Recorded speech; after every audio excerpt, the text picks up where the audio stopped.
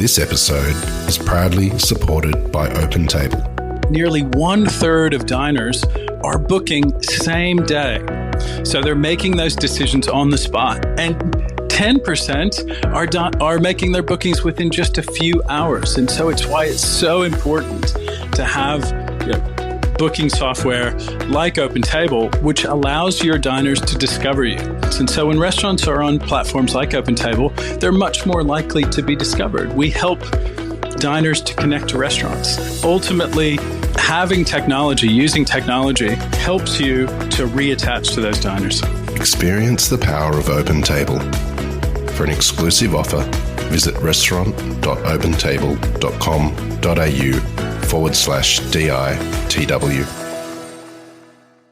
This episode of the Luminaries on Deep in the Weeds is proudly supported by Deputy, rostering and timesheets without the usual chaos. Expend the energy on what you can control. So spending that time as well to identify what works for you in terms of your self-care, your boundaries, and your what will fill your cup, like with the good stuff. Taking that time away and prioritising yourself will pay back tenfold. This is the Luminaries on the Deep in the Weeds podcast. I'm Anthony Huckstep.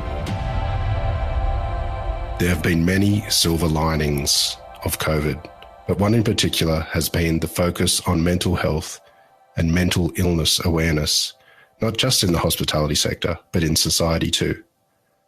Traditionally, it's been a taboo subject for the industry, but the importance of workplace culture and how good mental health can transform a workplace is more evident than ever before. But how do employees and employers navigate this for the betterment of everyone?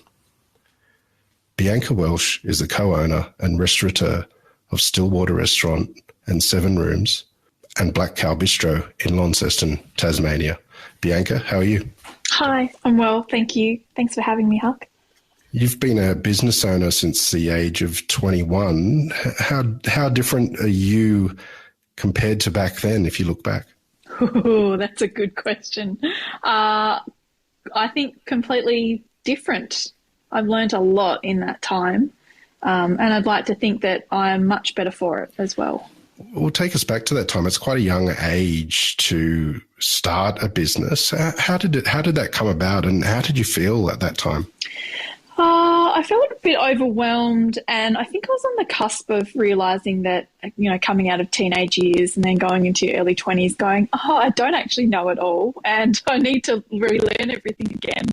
I was of that mindset, I think, of that old world style of management, because that's how I had been managed myself. So that was often the yelling and screaming type of demanding authority, very dictatorship style of management. And I had been a casual shift manager at McDonald's earlier in my working life. And I thought that was the most effective way. And then coming into restaurants and experiencing that style of management myself, I went, actually, you're not going to get the best out of me from speaking to me like that, or demanding a certain work ethic from that. And I guess once we started to become owners ourselves, my husband and I and my other business partners, it was very fresh in our minds how we didn't want to be treated and how not to treat our team. And so we really took a lot of, time to reflect and understand how we wanted to run our teams and continually evolve and improve has, I guess, always been our mantra. How did a 21-year-old come to be a part owner of a business?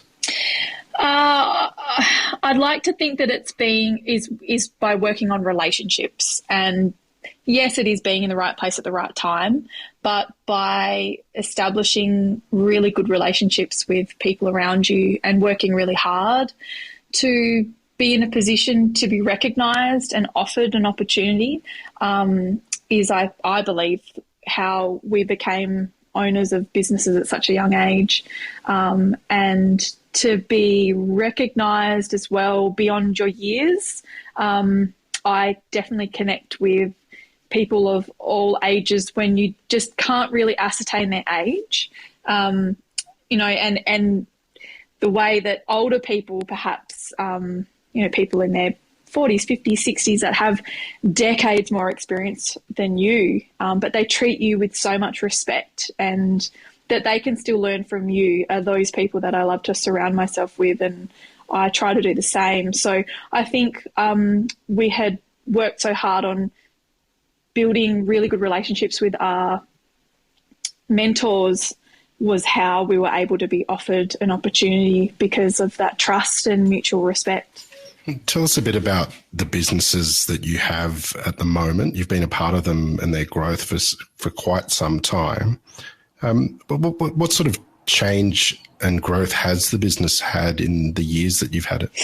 So Black Cow started in 2008, December 2008. We opened a week before Christmas. And that has gone from strength to strength and has become well recognised as a great steakhouse, not only in our state, but I hope that it's recognised across Australia. And that's, we went from a 5-night operation to a 7-night operation. Obviously things have changed since COVID and we're back to 5 nights, but that restaurant just kind of runs itself. We've established such great systems and policies and a great team down there that it just hums along. It's like the favourite little child, really. And then Stillwater always had a lot of potential for a lot more growth. So the restaurant was established in the year 2000, and we took it on in 2010. And from that, we've been recognised with a hat when the guide went national, which we were over the moon with, to be compared to our peers and the people that we look up to and admire in the big cities. When you're in little old Launceston in Tassie, you kind of feel like you're kind of on the outer a little bit in terms of the hospitality scene. So we grew, I guess, revenue-wise, we've increased every year. And then we took on a providore and gallery space that was located above the restaurant, which had never been within the restaurant's remit. It had had different owners, and there was an opportunity to take that on. And that was great. That was in 2014. And that was a fun but interesting time dealing with artists and becoming a retailer. And I enjoyed the creative outlet it was to do the buying and the merchandising and that sort of stuff.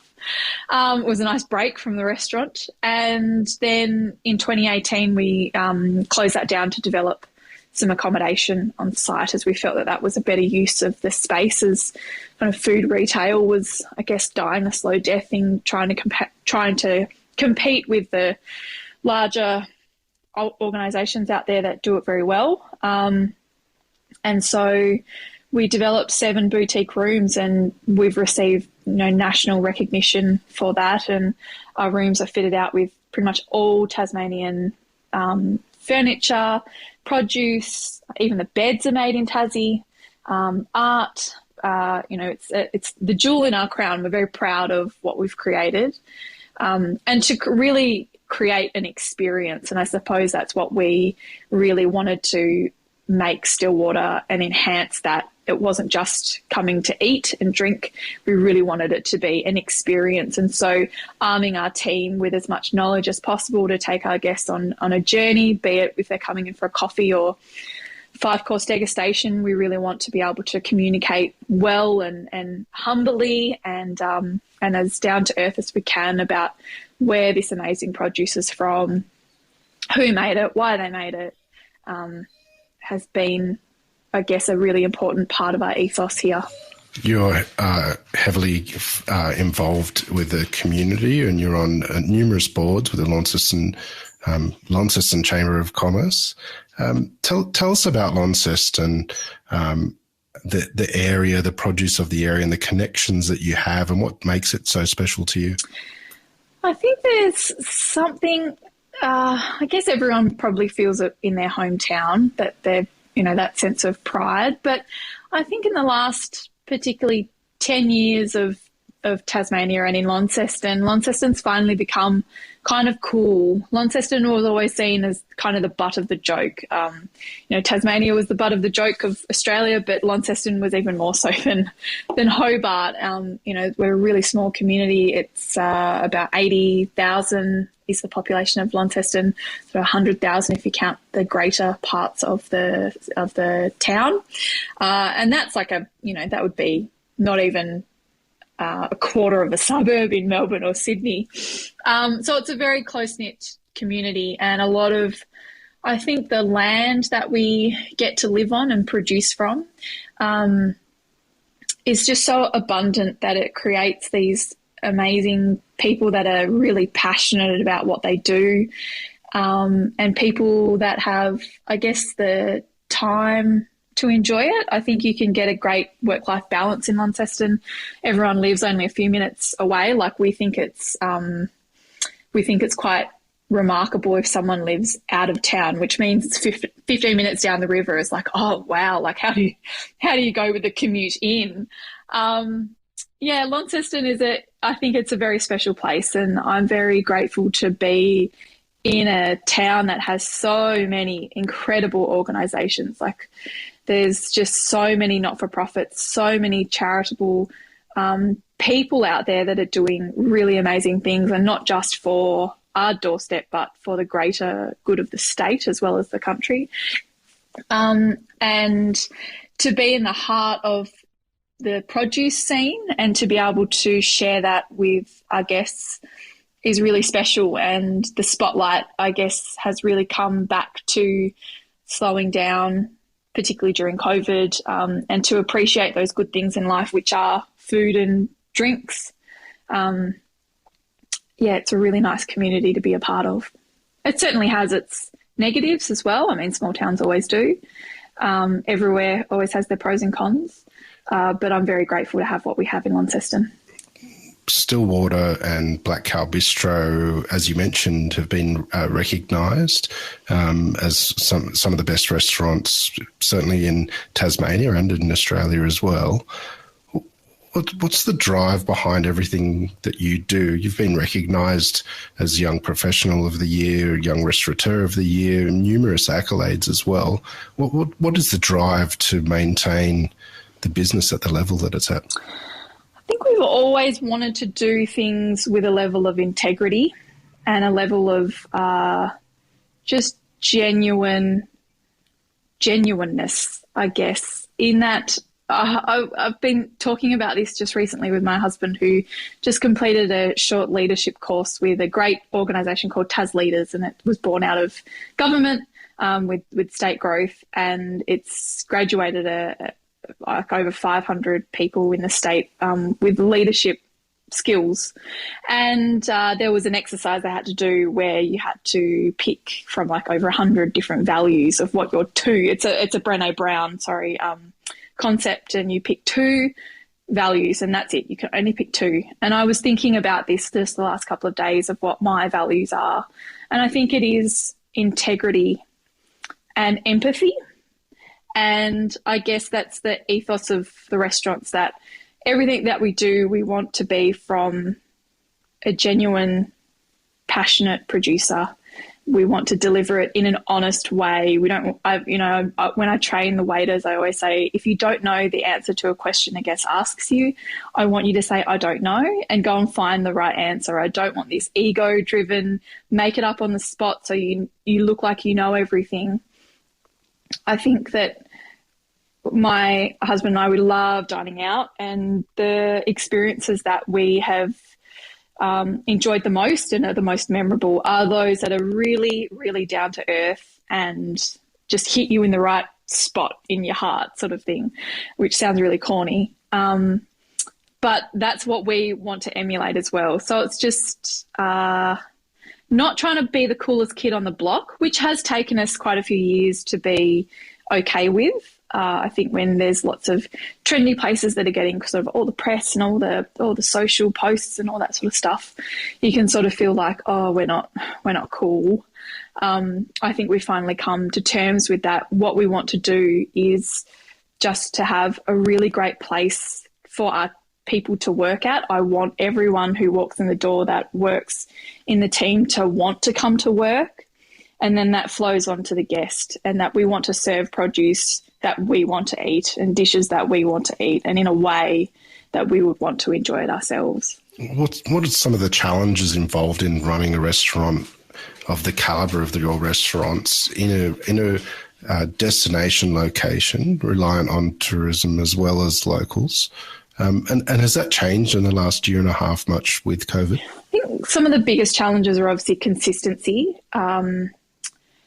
Consistency and never resting on your laurels. And that's a high one that we always communicate to our team as well, that we never want to rest on our laurels just because we've had recognition or we got an award. Tomorrow is another day. A guest walking in the door is another guest we need to go above and beyond to please.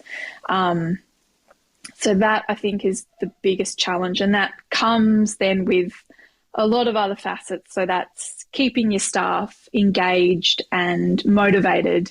It's keeping an eye on produce. It's keeping an eye on costs, on prices, on suppliers invoicing you the correct amount or the amount you've agreed upon, making sure that the produce is of top quality, that you're always constantly tasting and constantly checking that it's the right vintage that you wanted to order, and all that sort of stuff. Is we never want to take our eye off the ball there or become lax in that area.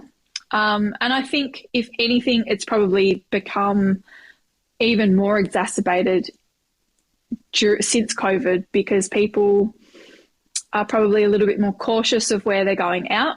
They expect probably a little bit more in an experience, and because they're perhaps how can I describe it? Because people haven't been able to travel as much and get out and about, I think their expectations they're almost higher, which kind of sounds silly that it would be higher. I don't know if I'm explaining that very well. I think I might need to stop and start that again. I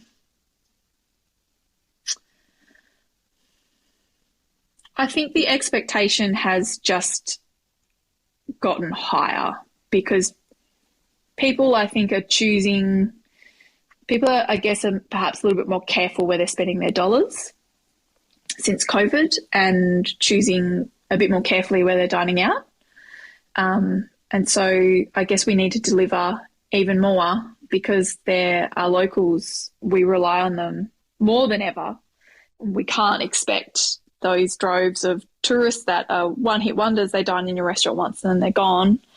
People that are coming to you much more regularly, you need to work harder to keep them coming regularly. So I think that has been felt in the industry, that we've got to work a little bit harder for our dollars. This episode of the Luminaries on Deep in the Weeds is proudly supported by Deputy, helping managers and staff do their best work. Hospitality is all about the connection. A business starts with passion, but gets bogged down with all the complexities that come with life, society, and rules. If you can simplify this mundane, then people can be happy and they can thrive. And when you have happy staff members and happy managers, your customers will sense it. They'll be happy, and you create that connection. That connection is hospitality is about. For more information, go to deputy.com. I know you're very involved in training with your staff and mentoring as well. How much has the culture in hospitality changed in the time that you've been in the industry? The culture's changed quite a lot in many ways. I think it is slowly becoming a much more respected job, or it's become a much more respected industry to work in.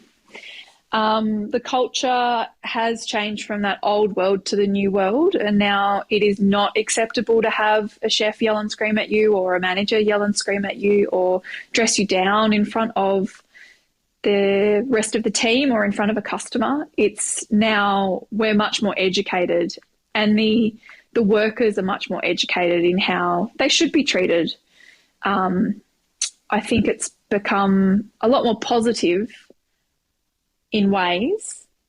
I think it's moving towards a better culture than it ever has before, and I think COVID has shone a light on it to become even better as we rebuild after this crazy couple of years. Mental health has been a real focus of this period of time, and particularly in the hospitality industry, but the industry is renowned for mental health issues and not confronting them. Tell us about your approach and when you sort of decided to take mental health on for change. I was a year into owning and running Stillwater as the restaurateur, as opposed to having worked here. So I'd worked at Stillwater for a few years before becoming an owner. And I had a really great employee that was experiencing a really great employee that was like 110% type of employee, your A grade, casual, but would turn up always punctual. They knew their menu. They knew what they had to do. They delivered above and beyond. And then their behaviour began to change, and their ability to do their job waned, and they became forgetful, unreliable. They were sort of calling in sick. They were going missing in the middle of a shift. And it became known to us that this person was suffering from an eating disorder. And because it was happening, the binging and purging was happening on shift, and I knew I needed to do something, and I didn't know what to do. And this was like over a decade ago now. So I Googled what I could. Nothing. I just didn't have the right resources or knowledge at the time to know where to go. I sat on it for weeks. Like, it took me almost 6 weeks to build up the courage to have a conversation with this person. And I was so stressed out about it. And I eventually had just a really broad chat with them and said, you know, we've noticed sort of behaviours that we're concerned about, and are you okay? What's going on? And I didn't want to do what normally happens in hospitality, which is you just sort of write them out of the roster, particularly if they're a casual. I wanted to try and help this person because they were such a valuable team member. And I was really fortunate that the conversation at the time didn't exactly go how I'd pictured it in my head. They were kind of in a bit of denial at that conversation.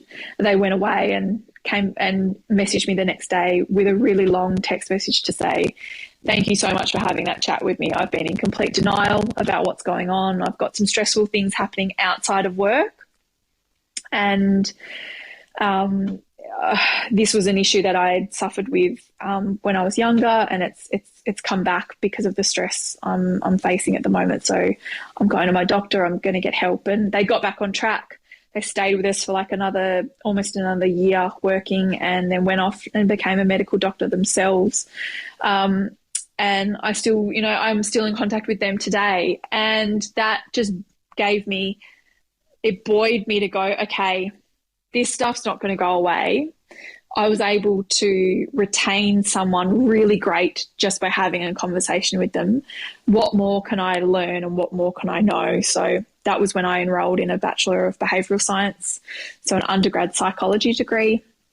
And I studied that part-time, and I really enjoyed being able to apply the academic knowledge and education and research and kind of, I guess, experiment really with the information that I was learning at uni and being able to how to apply that practically in the workplace.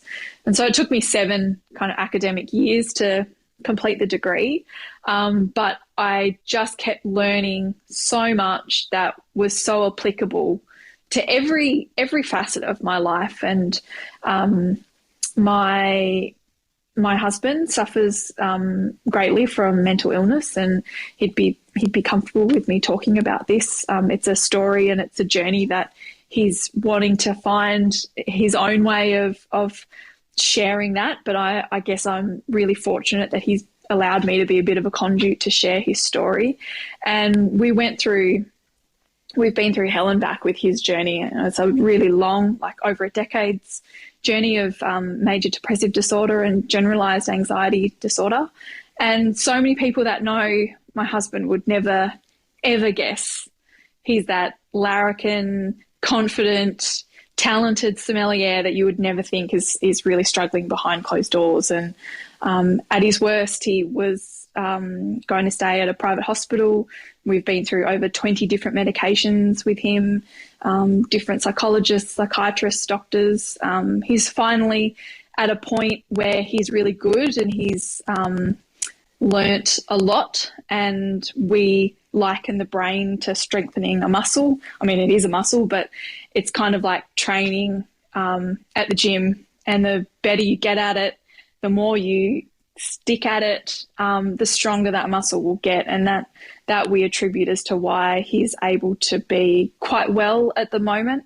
But it's an up and down journey. And I guess at his worst, for me, I guess as carer of him was the suicidal ideation.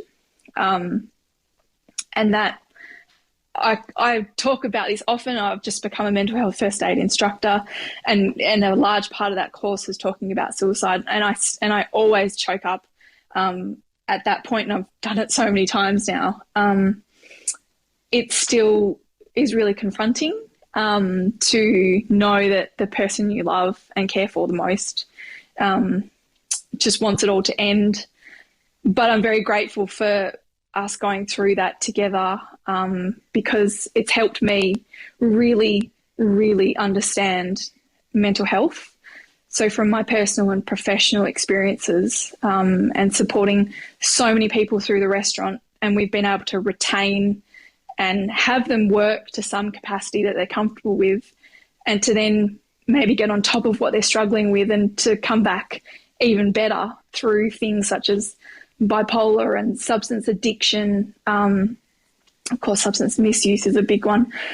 Grief, trauma, rape, suicide, sexual assault. There's been so many things that we've tried to be supportive with our team. And then also my husband's journey is, I feel like I'm in a really good place to try and translate all of that experience and all of that knowledge now to make our workplace the best it possibly can be, but also to share that information with other employers and the industry in general, so that we can really turn the mental health of our industry around, because hospitality has always been viewed as being so negative and really bad in this space. And I've probably gone way off topic from your question, Huck, but it's something that I can talk endlessly about. I could talk about mental health and all the things that come with it for hours on end about James and I love analogies, and of all the different analogies out there that are relevant to hospitality and mental illness and mental health. Well, given your vast experience, both personal and professional, and what you've implemented as a restaurateur and manager, what sort of advice do you have for people in the industry, whether they are dealing with mental health issues or trying to deal with someone that has some issues? It's definitely not to go out and get a psychology degree like that, because that was madness. And that possibly was, it could have gone it could have had a negative outcome, because I could have, I guess the neglect of time on our business, on our relationship, on my own health and well-being. Like, uni is just, it's a good meme of university is like riding a bike, but the bike is on fire and you're in hell. Like, it is pretty accurate. but I've got, I guess I've gotten to the point where we've got an amazing team and amazing support and great family network. So I'm very grateful for that. So to start with, it's not, people don't need to have a degree in psychology or really any formal education. It really boils down to just understanding what empathy means versus sympathy, and to slow down, to take the time to listen, to remove judgment from your mind, your biases, and to not take things personally, which is really hard in hospitality because we're all very passionate about what we do. I think anyone that works in hospitality, we're undiagnosed control freaks because we love to have control of our situations. Particularly when you run your own business, I think you are the next level of a control freak. And that's not a formal medical diagnosis, I should say.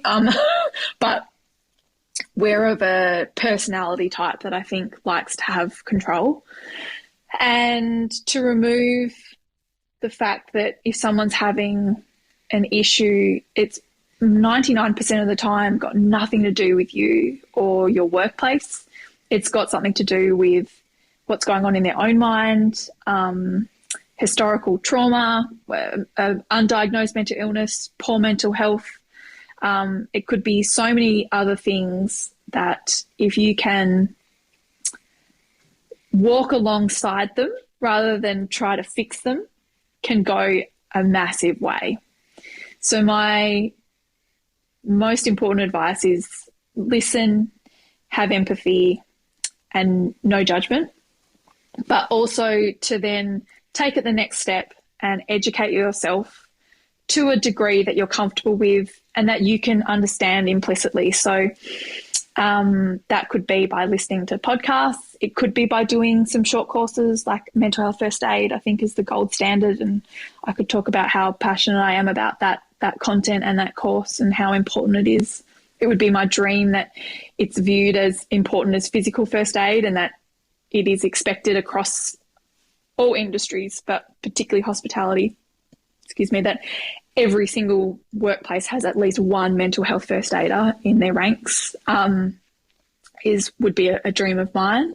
But to educate to a degree where you just know where to guide someone to the professional help and understand that you don't need to have the answers and you're not there to fix them. And that's even what a psychologist would say to you, is their role to their clients is not to have the solutions. It's to guide them to what the pathways are for that patient to find their own answers.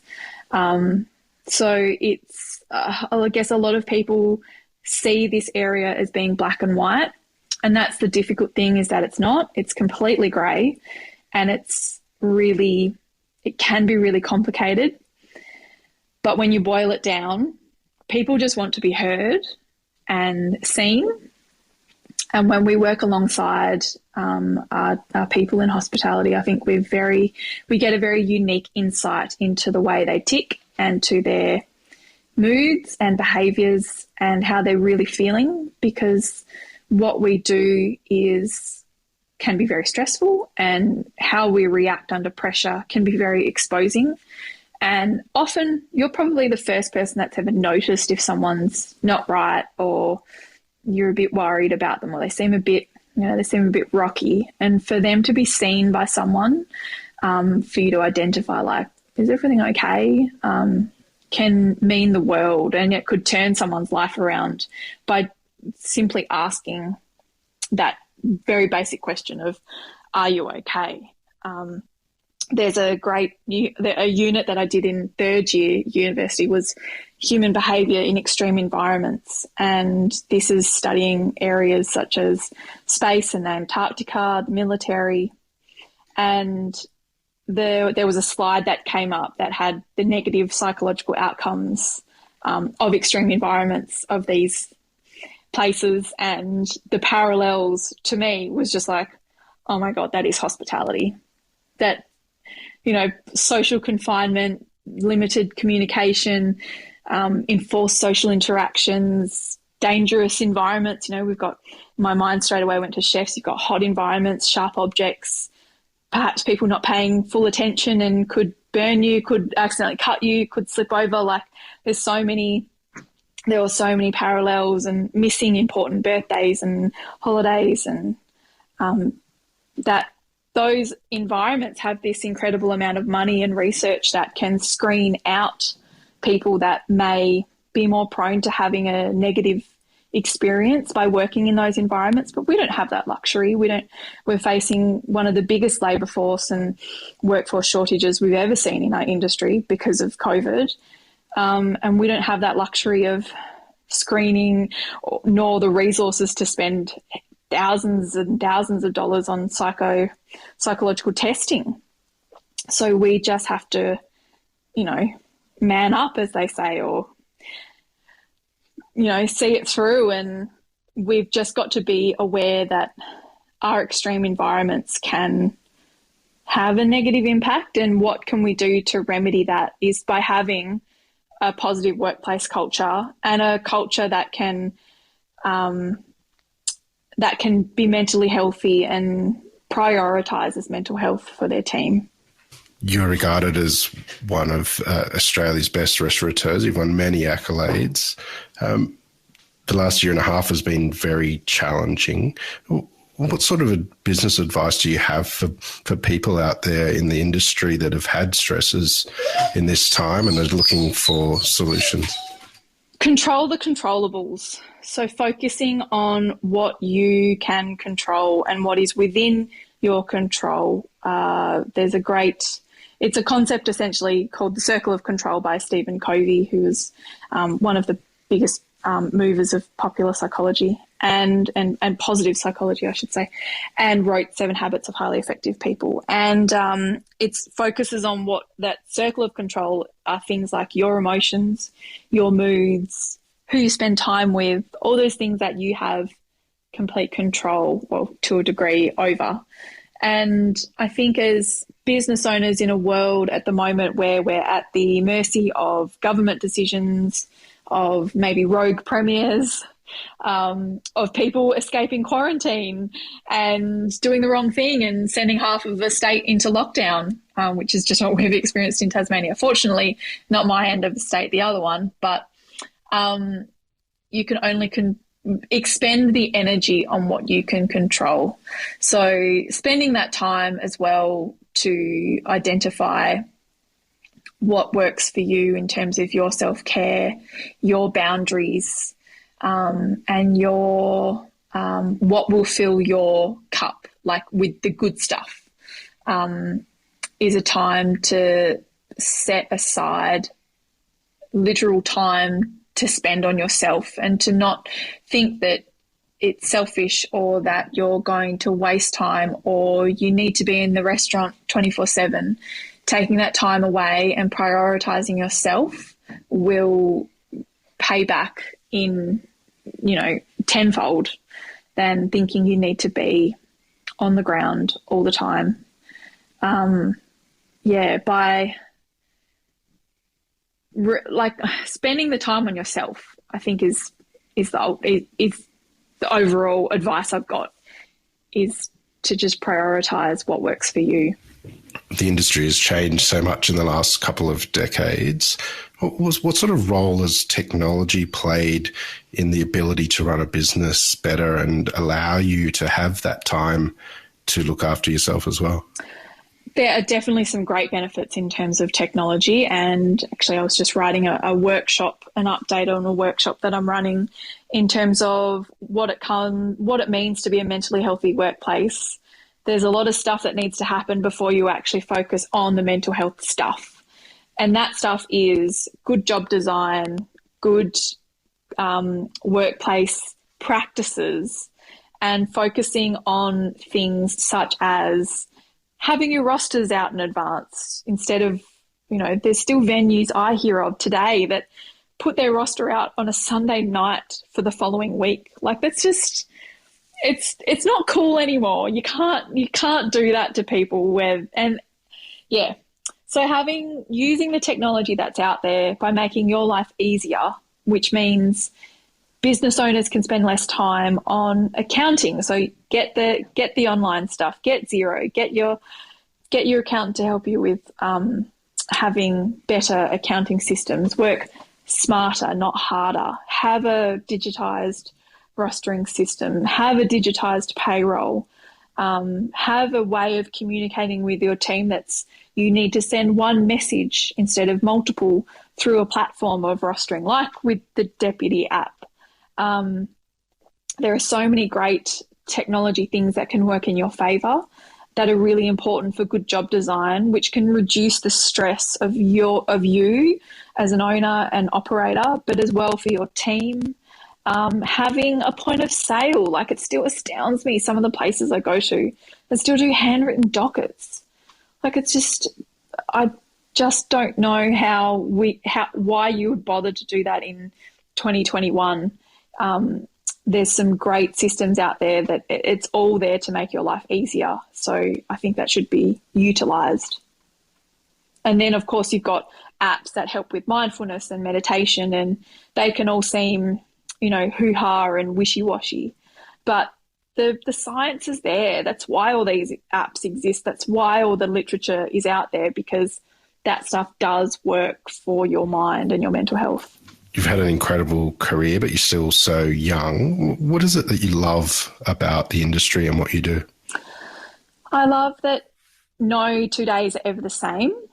I love the people, customers and the team alike. You get to meet incredible people that you would never normally get to meet, maybe sitting at a desk in a corporate environment. I love that you can change a person's day with a good coffee, with a good meal, with a story, with a bit of banter, with a customer. I love that restaurants can be so transformative in such positive ways.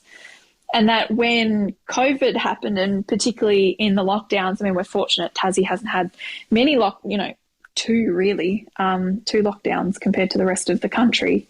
For the world to realise how important restaurants are and dining out is to our mental well-being and how much we get out of it, I feel privileged to be a part of that, and I feel privileged that I get to deliver that to countless people every day. Society is opening up and we're moving forward. What are you most looking forward to beyond this period? Seeing international visitors again, to travel international again, so that you can come back with ideas and inspiration. I think that's what I'm looking forward to the most personally. But from a professional sense, I am looking forward to that mental health and illness is prioritised. And if it's a silver lining of how hard COVID has been, is that we can't turn away from the importance of mental health anymore.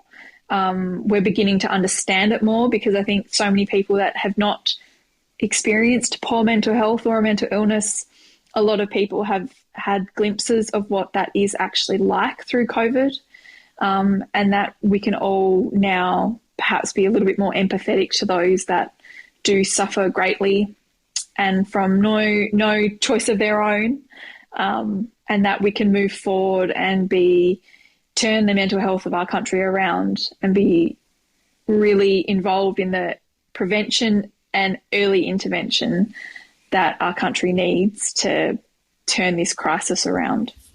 Well, Bianca, it's been an absolute honour to have you on the Luminaries on Deep in the Weeds today. You're an inspiring, incredible person. Please keep in touch and we'll catch up again soon. Thank you very much. This is the Deep in the Weeds podcast. I'm Anthony Huckstep. Stay tuned as we take a deep dive into the lives of the incredible people who ply their trade in the food and hospitality sector. Special thanks to executive producer Rob Locke for making this all happen. Follow us on Instagram at Deep in the Weeds Podcast, or email us at podcast@deepintheweeds.com.au. Stay safe and be well.